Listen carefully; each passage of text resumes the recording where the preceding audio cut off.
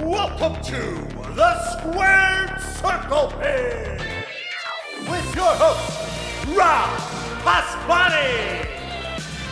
Now entering the Squared Circle Pit is one half of La Rebellion.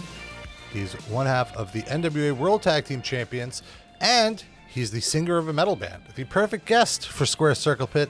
Thank you, Mecha Wolf, for joining the show here. Thank you for having me. I'm really pumped up to be here, and I'm really excited to do this interview.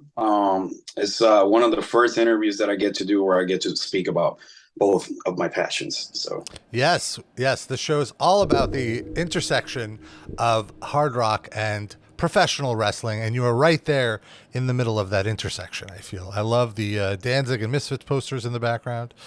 You don't even know that. You don't even know there's so much. And I don't even want to name how much stuff I have in my collection because someone will come and rob me. So,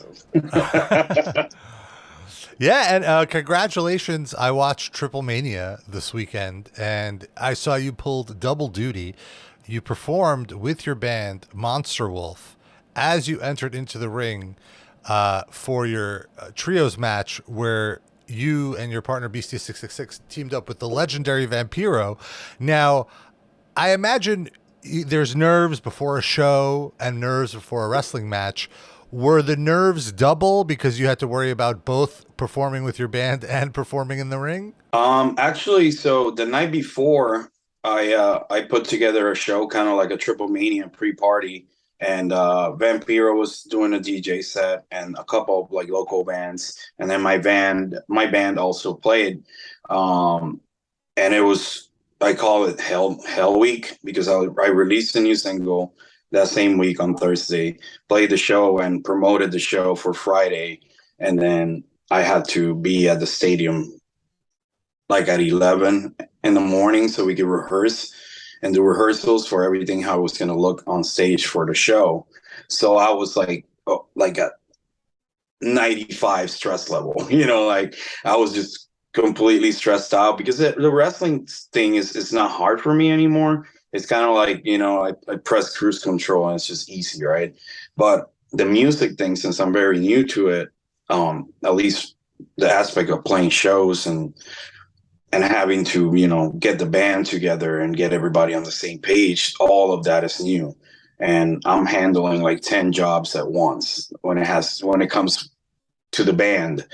And add the wrestling thing on top of it. It's just like, oh man, like high stress level. But we got through it.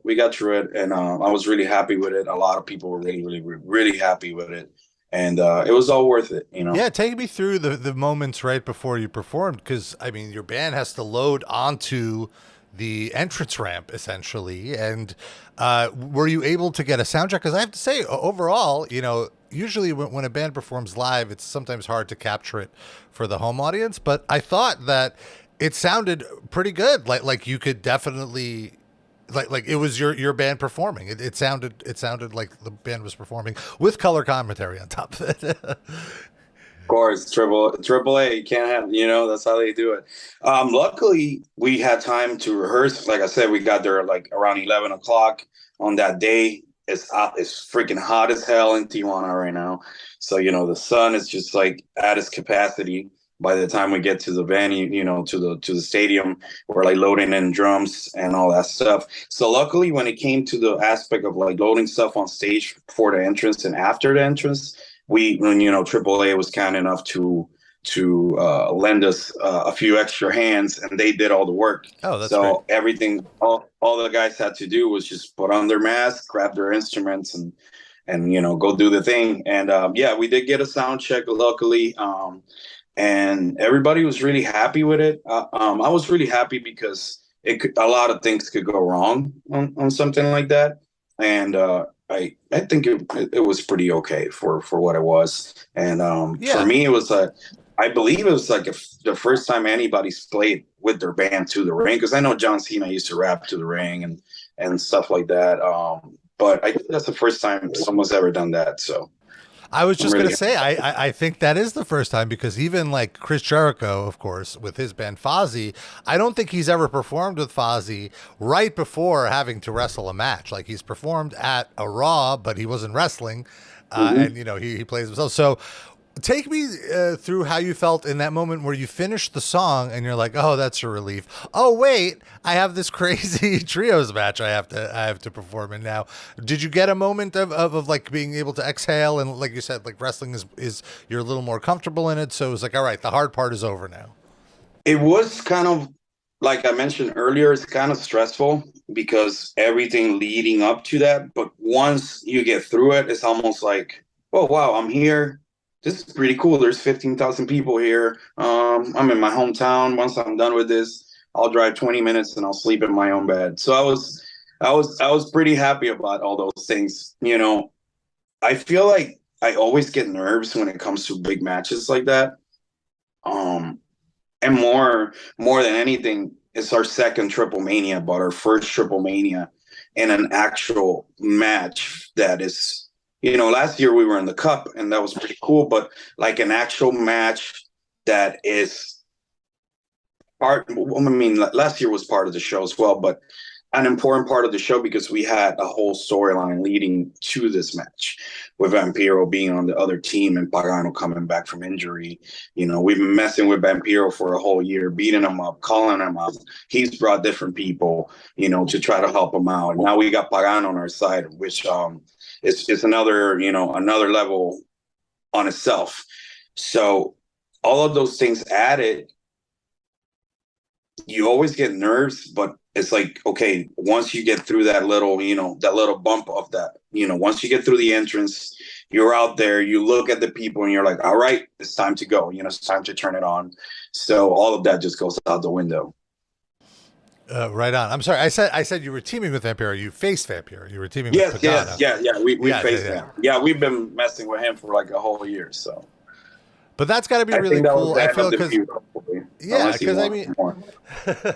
I feel like, you know, you and Vampiro obviously have quite a bit in common. I'm sure he's quite a Misfits fan as well. Loves Danzig, loves the hard rock, and in general, I feel like with even like Mexican lucha libre fans, there's a more of a connection to metal. I feel just because of like Mexicans' fascination with the dead, you know, and like and death in general. And I feel like that's obviously a big trope in heavy metal as well. So there's a lot of crossover there. And I love seeing you guys do the crossover. Like you're doing a little, like some of the makeup kind of looks like Ghost a little bit in some of your previous matches.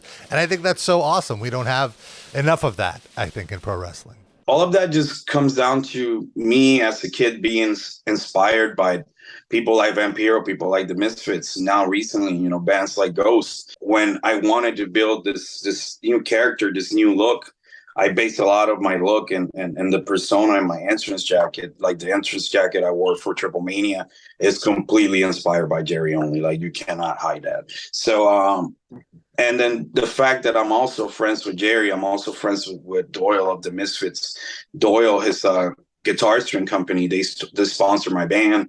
We just opened for him at the Whiskey Go Go a month ago, 2 nights in a row. We opened for him in Mexico, so there's also that connection from, you know, the music side and then also the wrestling side because they were involved in wrestling. And like you said before, there's a lot of people here in Mexico that are huge fans of metal, huge fans of punk, huge fans of horror punk, and they're like a diehard fans. So for me to be able to connect those two worlds is kind of like one of my dreams since I was a kid. So all I ever wanted to do was play music and wrestle. That's all I ever wanted to do. Obviously, there was no money in music, you know. Not that there's a lot now, but there was no money in music back then for me. So I decided to just completely go the wrestling route. 20 years later, you know, or you know, I started the band in 2019, like getting serious with it in 2019.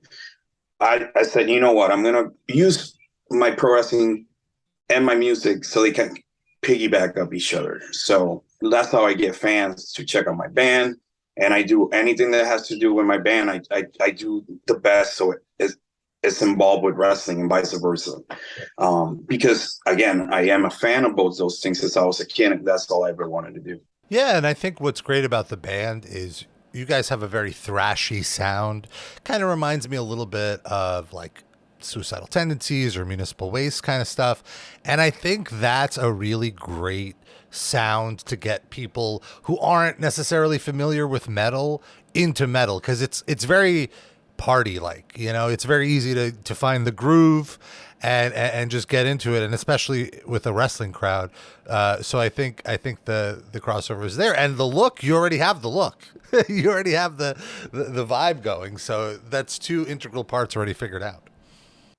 Yeah, I appreciate that. And it just goes back to just when I was a kid and I started getting into music. I was listening to the Misfits because I was skateboarding with my friends, you know, and then I learned about Sam Hain. I learned about Danzig. I was hanging out with way older people than me, so they played in bands, and I was kind of like the roadie and stuff. I would always just go to shows with them and help them out, and they would just hand me down CDs or hand me down cassettes whenever they bought the CD of the cassette. Because back then, you didn't know this stuff was going to cost a ton of money now on eBay. So like people were just handing me cassettes, handing me CDs, and my influences were like bands like that, like you mentioned, you know, like old hardcore stuff, old trash stuff, and also combined with like people and bands like Alice Cooper. You know, I always loved the stage show that he brought along with his music, you know, King Diamond. Nowadays, more recently, Ghost, you know, bands like Slipknot, you know, like they were different bands. And a lot of people criticized them at first. And a lot of people thought it was cheesy. A lot of people thought it was goofy. But they found a way to still make it through, even though they can still get criticized, even though a lot of people still, you know, try to put them down. They managed to get through this and still, you know, stay the course and still stay loyal to what they believed in. And everything I believed in and everything I ever wanted to do, I went balls out, balls to the wall, and I never stopped. That's why, you know, 21 years later, now my 21st anniversary in pro wrestling, I'm still here, you know, and I'm not going to stop doing it till, you know, I can't do it anymore. So I view the music in the same avenue. Like, I'm not going to stop. The music's only going to get better, you know, it's only going to get better with time. So, yeah. That's awesome. So where did you grow up? I'm curious. I grew up in Puerto Rico. I moved yeah. out of Puerto Rico when I was like 21 years old. Yeah. So growing up in Puerto Rico, like how did you discover pro wrestling? Do you remember your earliest memory? It goes back basically to like my great grandfather. He will always put lucha, superestrellas de la lucha libre, how it was called back then, World Wrestling Council. You know, Carlos Colon, Ray Gonzalez, Abdullah the Butcher, you know, One Man Gang, Jungle Jim Steele, you know, you name it, all those guys. That's what I grew up with, you know, blood and guts. So, and, you know, my mom hated it, but my grandfather, you know, he would just wait for my mom to go to work, and every Saturday and Sunday, that's what we would watch. And then we didn't have cable at the time. So once WWF Metal started getting aired in Puerto Rico and Telemundo, because they had like some sort of WWF and IWA Puerto Rico had like a business partnership. They started showing WWF Metal, and then that's when I saw guys like Essa Rios, Jeff Hardy, you know, all those dudes, and you know, I was just in love. It was like, wow, I was just mesmerized by it. I would always get in fights at school. You know, I was always getting in trouble, you know, drawing my own masks and papers, putting a string behind my back, you know, behind my head, and then just jumping off stuff. So it was like the thing that I fell in love with, like right off the bat, as soon as I saw it. That's cool. You know, most people, when I ask them what their first memory is, it's like Hulk Hogan or something. But like, I love that yours is World Wrestling Council, because of course, because that's what was the main product in Puerto Rico. We couldn't afford cable, you know, so I didn't know who any of these guys were until later, you know. Yeah, I thought the Warrior was the coolest thing when I saw him, you know, the first time. So There's Yeah, that. no, but I think it's great. I think it's awesome because it just shows like there's so many different ways to express pro wrestling, and ultimately it doesn't matter that you weren't getting like the most glitzy show. Like from the stuff I've seen of WWC, I've only seen like mostly like the Brody and Abdullah fights around the arena, like that. It seemed very hardcore, like it very like stripped back and just about like fighting. It wasn't cartoony at all. It wasn't made for kids, you know? It was basically like listening to a Rick Rubin record, the pro wrestling version. Very stripped down, very down to the point, straight, this what you see is what you get. Blood and guts. You don't need a whole lot. Awesome promos. Then they get in the ring and they kick each other's freaking heads off, And that's all people in Puerto Rico wanted to see. It's like nowadays the style has evolved a lot with recent years in pro wrestling in Puerto Rico. Mm-hmm. But at the very core is still what people want to see: blood and guts. Very simple for them. As you were growing up, also, like you mentioned the story about like some elder metalheads exposing you to like Danzig and all that stuff. That was also in Puerto Rico. Yes. From I believe I was like maybe 12 years old when I got like 12, 11 years old when I got like my first exposure to like metal. Because growing up in a Puerto Rican household, my mother, she always listened to like old like Elvis or merengue or like salsa, stuff like that. And then they moved. I remember as soon as I moved to this town called Mayagüez. And I saw these kids, and I was like, these guys look so cool, like they had their vests with patches and all this stuff. And I'm like, I'm gonna just go talk to them. And next thing you know, we became friends, and they were like handing me down all these different tapes with compilations and stuff. And I just fell in love, just fell in love and never went back. I never really changed. I'm still the same kid I was when I was 12, 11 years old, Yeah, and it's at that point. It's at that point where I feel like they were so excited that there was somebody else that wanted to learn about this music that most other people, I'm guessing, didn't care about. So it's like, oh, great, you can come into our little faction. Well, back then it was like, we have to make sure you're not a poser, like to share. We could share this music, but we won't share this stuff, the good stuff. We'll share whatever you hear on the radio, but we won't share the good stuff. Over here, it's the good stuff, and you can only hear when we know you're cool. That's how it was back then. That's how it was back then. Now it's just so easy to just get access to music that is just, you could hear any band, and then you don't get that. Oh, I go to the record store and go through the records and go through the CDs and see what cover looks good, and you know what I mean. Like I feel like we don't have that anymore. But back then, growing up in the '90s, it was really cool getting to make those connections with people, because I feel like those connections that you made back then, especially growing up, last longer. Like right now, I'm still friends with all those guys, and they're so proud of me because they're like, dude, we would have never thought that you would just keep with the music thing, and now you're wrestling. Like, what the hell? That's pretty crazy. So it's really cool. Just actually going back and thinking about all that stuff is really cool, because all that, like I mentioned earlier, that's all I ever wanted to do, and it makes me happy thinking about it. Yeah, you set a goal and you hit it. What was the spark that you were like, I'm going to become a wrestler? I'm going to do this. When did you have that thought? So I lived in that same area that I mentioned earlier, where I met the metalheads. One of my best friends, Jesse, who's on the Air Force and stuff, he was friends with Invader number 3. And it's kind of stupid but funny. Everybody knew who he was without the mask. But Jesse's like, I'm going to tell everybody who you are and where you live if you don't open up a pro wrestling school. And he's like, I'll open up a pro wrestling school, but you got to gather this much money and you got to help me build the ring.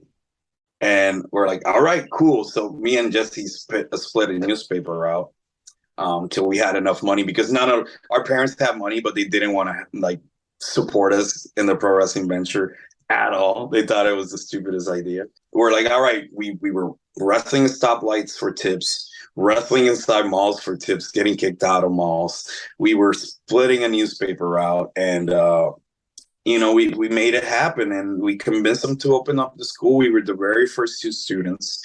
The ring had nothing but a square of just, cinder blocks around, wood on top of it. Well, square around, then that square in the middle had more cinder blocks and more cinder blocks. So it made kind of like a cross in the middle, and then just wood.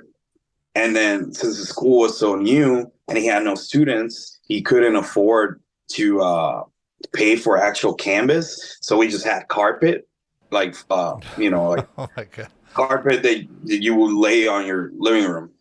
So that's what we were bumping on, and we had real rope, like really small thin ropes. But we had real ropes, and man, that was the stiffest ring you could ever imagine, right? Till like I will say maybe a year later when he actually got enough students to be able to afford to take that cross of cinder blocks in the middle and put like an actual spring in the bottom and put canvas and actual like padding on it. Yeah, I remember coming back from my first training session and just my elbows were just covered in blood and bruises. But I was the Oh, wow. happiest kid in the world, My mom thought I was freaking insane, but I was so happy because I was able to do what I love to do, and I made it happen with one of my best friends. Yeah, and you found that thing that you enjoyed, that it didn't feel like work, right? Yeah, I was skipping school, man. I was skipping school. I was How old were you when this jogging. was? Man, I was 15 years old. Oh, You 15. know, Okay, yeah, yeah, yeah. I was skipping school. I was leaving. I would leave school early. My mom would drop me off in school, and I would just pull up my shorts and start jogging to the pro wrestling school because we had a key. So I would, I just I couldn't help myself anymore. I just wanted to get it out, and I just wanted to be in the ring. It made me it made me feel whole. Like when you find one of those things that just makes you feel whole and complete, you don't want to stop doing it. And I felt like school was just like a waste of time. I was like, I know I'm not gonna go to like I'm not gonna do anything with this. I just want to be a dumb pro wrestler, you know. So I just did everything I could in my power to just make that happen. And who, like, I'm guessing you were watching a lot of wrestling at this time. Was this when, like, who were the people you were trying to, I don't know if emulate, but that were your heroes in that very moment as you started wrestling? I was a huge Jeff Hardy fan. Like Hmm.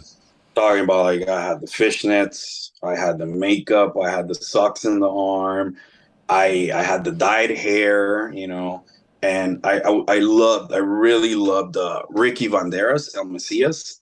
He was like a god here. I mean, he's in Puerto Rico. He still is a god there, but he was one of my favorite characters because he had like at the time he had like this vampire gimmick, and Vampiro was in Puerto Rico with him, and that's when IWA was super hot. They had like they will have shows from Thursday to Sunday, and it was always like thousands of people. So it looked like the coolest thing, almost like the coolest rock show, like in town. You just had to be there, Yeah, and and tickets were like $5 or whatever, right? Like it yeah, it wasn't. was super cheap, and sometimes I would just sneak in the show because it was so little, So, and me and my best friend Jesse and all of our friends, we would like hop the guardrail and wrestle during intermission in the floor, till the Oh, wow. security will come and kick us out. Like we were really passionate about it. So I was like Jeff Hardy, Ricky Banderas, and Vampiro, and that's about it. Those were like the dudes that I was like, man, these guys are awesome. And obviously like Undertaker and stuff like that. Like that's Yeah, just so you like were drawn to the metal characters, it sounds like, or yeah, like the more always, like, yeah. always, always.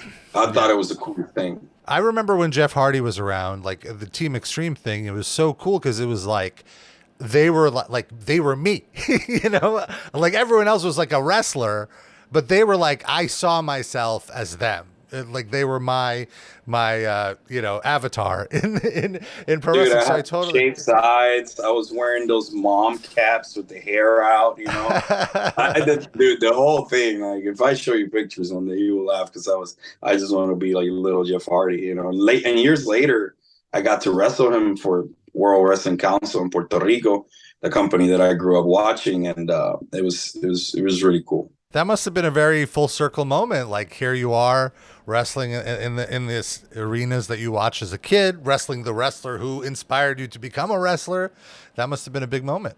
Oh man, it was huge. It was huge, and Jeff was so nice. He was such a gentleman. He painted like half my face and stuff like him, and we did the match. It was just incredible. You know, I was just happy to because it was a dream come true for me, and I thought that was like unattainable. You know what I mean? And it happened, and I could die happy after. I was like, I wrestle like one of my idols. You know, like 12-year-old me would have been like, yeah, right. You know what I mean? So that's kind of crazy. That's cool. And let's talk about, I love your face paint. And I love that you incorporate face paint. I feel it's almost a lost art in pro wrestling. You don't see it as much, whereas like in the 90s, there was a lot more of it maybe. How did you come up with your overall look? I see a lot of like black metal influence, a little Danny Filth in there. Like, how did you decide on this as your iconography here? So I love comic books. I love the Misfits. I love black metal.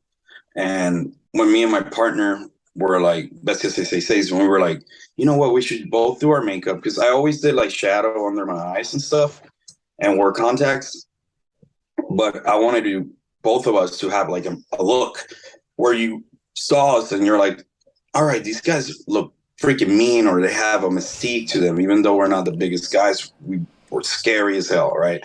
So I combine all those things, black metal. I combine the Misfits look, and with like even like a little hint of, like you mentioned earlier, like ghosts. And I start like kind of like piecing together this makeup and piecing this look. And the cheekbones before were different, and the teeth were different. What I always kept the same was the rune that means wolf. I just added an upside down cross to it, just to kind of, for just to piss people off even more. So the upside down cross thing, I saw this girl who wrestles in California called Vipress. I was like, hey, what do you use to do that? And then I remember that I saw this All Glam Danzig comic book, and actually there's like one right here. Oh yeah, so this Satan covered the boobies so we don't get banned. So right here is Satan's child look. She had the upside down crosses.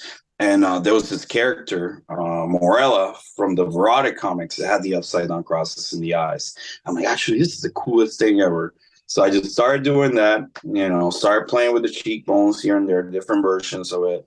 And one day I was, hanging out with Doyle, and I was like looking at how he was doing like his horns and his forehead. And I'm like, I want something like that.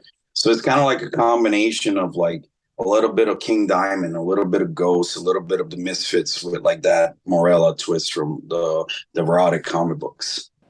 That's really cool. I love how it evolved over time, how you kept adding little things, and I'm sure in a year it'll look a little different too as you decide to add a few other things. But Exactly. Yeah, like right now I really love this look. I feel like the only thing that I might switch is the teeth. Something like I'm just trying to figure out like good teeth that will look good for like that makeup. So maybe hopefully next year by next year I'll figure it out.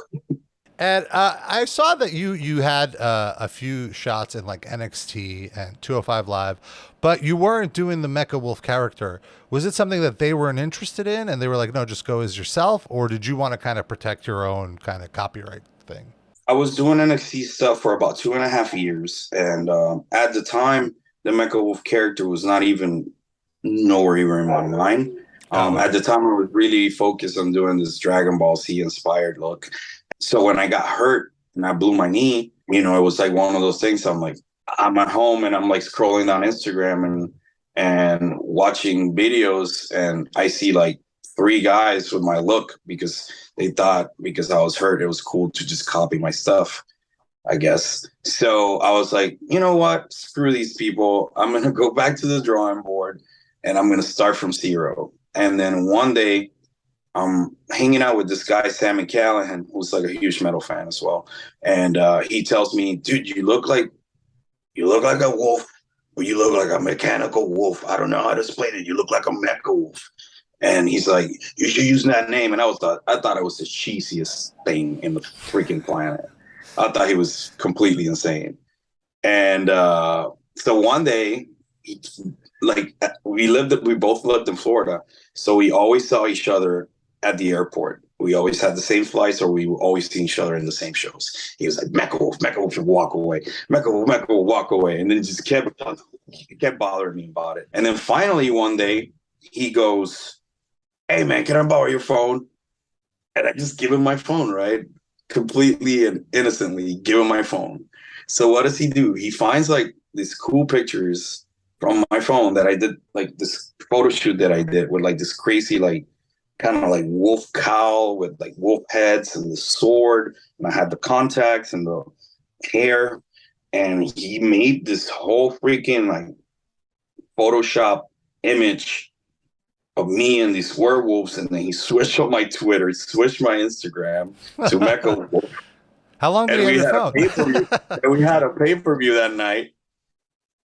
And he goes and he's like, what do you think? I'm like, it looks awesome. He's like, you gotta do it today, man. You gotta pull the trigger today.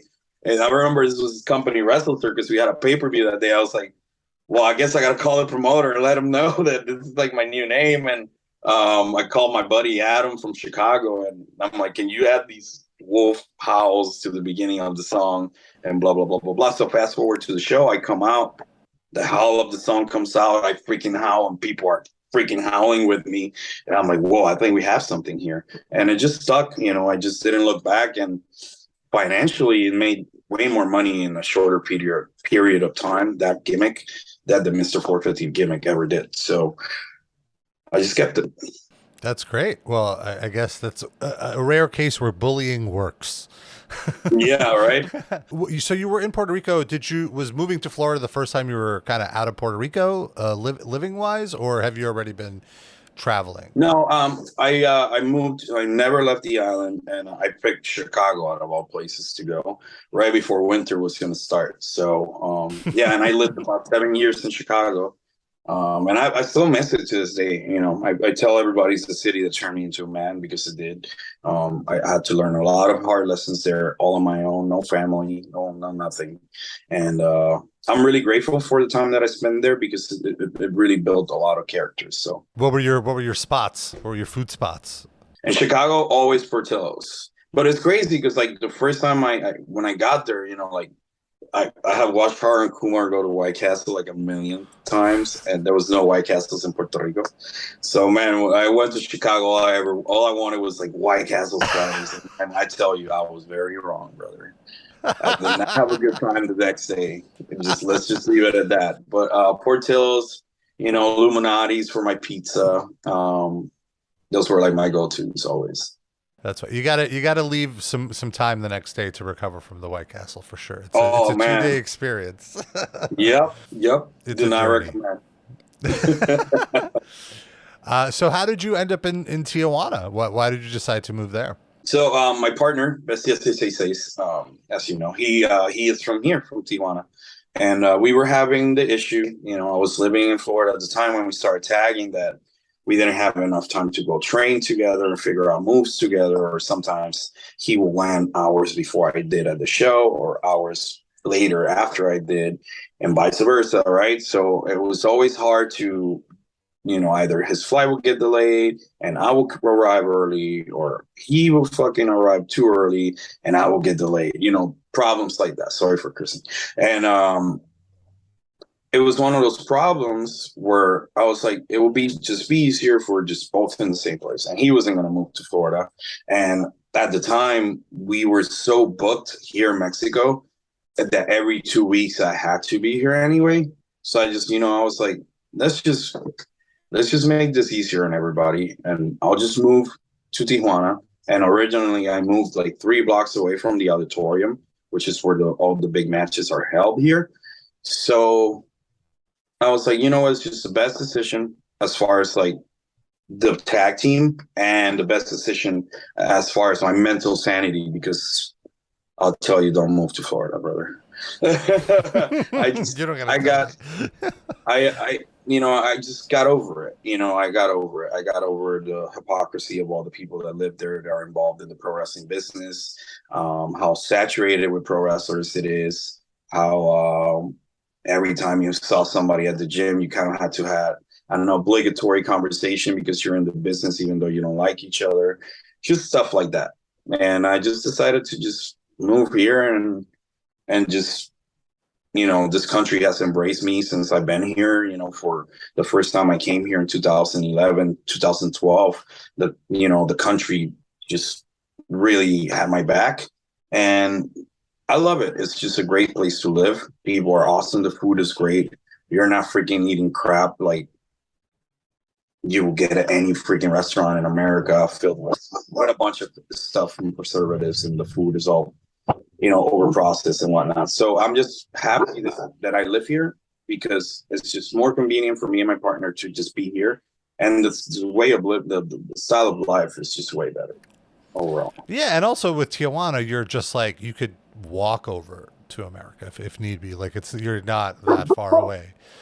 Exactly. Yeah, it is the world's busiest border, which is awesome, and it sucks at the same time, because you face the problem of, like, sometimes it takes 4 hours to cross over. Like the other day, I crossed by car on Sunday after TripleMania because I had a show in Oxnard, and it took like 3 hours to cross by car, and then drive 4 hours to Oxnard, California, to then wrestle and then come back. So that's like the only thing that I would say that's kind of inconvenient. But other than that, man, like, it's great. It's great. How did you and Bestia end up teaming together? Whose idea was it to pair you two up? So I don't know if you know a guy by the name of Angel Garza. He's in the of course. right now. Yeah. So Angel Garza, he's actually the rights owner of the name La Rebelión, and he gave it to us. And there was a Red Rebellion, which had Rey Mysterio, Daga, Pentagon, Phoenix, and Garza. Garza turned on them and made the Yellow Rebellion, which was Bestia 666, myself, the first three members. And Garza was like, we need a heavyweight, which is me, and we need a tag team, which is you guys. And he's the guy that just put us together, basically. And we've been tagging ever since. We're going almost on 7 years now that we've been tagging together, Bessie and myself. That's great. And so you're also, like I mentioned, you're the NWA Tag Team Champion. I'm curious, like, do you change it up a little? I mean, I'm sure you do, but it must be different wrestling in a studio in the middle of the States than wrestling for a passionate Mexican crowd expecting lucha, right? You have to do kind of different things. How do you decide what to do where? So in the NWA, we have agents that are kind of the people that make us kind of follow guidelines and lead us in the right path to what is requested by our boss. So we kind of usually they give us a lot of room to kind of do whatever we want, but then they fine tune a couple of things, because in Mexico you just go crazy, do whatever you want. You could freaking use whatever you want. You could do anything. And when you're in a studio setting and, the crowd is a lot smaller, what they want of you is it's a little bit less, because you have to do a lot of more matches in one day, or a lot of matches during a short period of time. So you want to be able to get the best bang up for your buck. So instead of giving them everything at once like we would do in Mexico, we give it to them little by littles and doses. And in turn, it makes Bestia and myself become better, because we're adapting to this style that we were not used to. But now we're able to teach this style to guys coming over to the NWA from Mexico. So, for example, when we had the Crockett Cup, the last Crockett Cup, they had two teams from AAA, 4 guys that don't speak Spanish. 4 guys that don't speak English, wrestling guys that don't speak Spanish. And we were able to help them with their matches and kind of like tell them from our experience and our point of view what works, what doesn't work, what works here doesn't work in Mexico, and vice versa. It's almost like you have to dumb it down. That's kind of what I want to say. You have to dumb it down, but it's still you still get La Rebelión. You still get like the full Rebelión show. You just don't get like the crazy high flying and all this crazy stuff all the time, because it doesn't need to be done all the time. Right. I didn't take into consideration that you're probably wrestling multiple times in a day as well. So you want to keep your gas tank like as filled up as you can, so you're not totally shot by the last one. Exactly. And then you got to go back and redo your makeup and all the little things. What's it like working with Billy Corgan? I mean, I'm sure you've been a Smashing Pumpkins fan, and now here he is writing your checks for wrestling. That's got to be a unique situation. So it's funny because I always tell him, I'm like, I used to hate the Smashing Pumpkins growing up because I was like one of those like pure like black metal kids. Like, ooh, you're a poster if you listen to alternative music. Like I was one of those cheesy, cringy kids with my pentagram and my painted nails, right? So we always joke about that because I didn't get into pumpkins till I was older, and I realized how much of a freaking genius he is and a great songwriter he is. I won't say this to him in person because he'll be like, oh, but like it's pretty cool because I tell people all the time, I say, yeah, Billy's my boss. They're like, what? What? So he owns a wrestling company? He's like, yeah, dude, to me, he's just one of the coolest guys I know, honestly. Like, I feel like he's like a long lost brother, like we joke around, we bounce ideas off each other's head when it comes to pro wrestling. And now that I'm doing the music thing too, he's like gives me like I'll show him stuff and he'll give me a little advice here and there too. And I don't push it, I don't push it on him, but it's always good to get that perspective from him, especially because he doesn't even need to turn around and look at my stuff. It's just cool that he does. So I think it's awesome that he's like my boss, and not only that he's my friend. Because going back to Chicago, where he had this old wrestling company, Resistance Pro in Chicago, I was one of the guys that was handpicked to be part of the roster. And I'm always going to be grateful to him for that. And also for him bringing me along with my partner to the NWA. And not only that, allowing us to make history as we're the second longest reigning tag team in the history of the NWA. And we're a guy from Puerto Rico and a guy from Mexico, born and raised in our countries, that were not even meant to step foot in the NWA. This would have never happened in the 80s. This would have never happened back in the day. But fast forward to 2023, we're one of the best tag teams in the world. And I believe that's because Billy really believed in us and had our back. So that's really cool. Yeah, and I feel like the people behind behind AAA clearly also love you guys, because right in the middle of your match, you're setting up an angle with the AAA Tag Team Champions with Commander and Erez, and I thought that was so cool that already they're setting up future matches for you. They want you back. Well, yeah, we we have a deal with them, and we just attacked them at the last television show.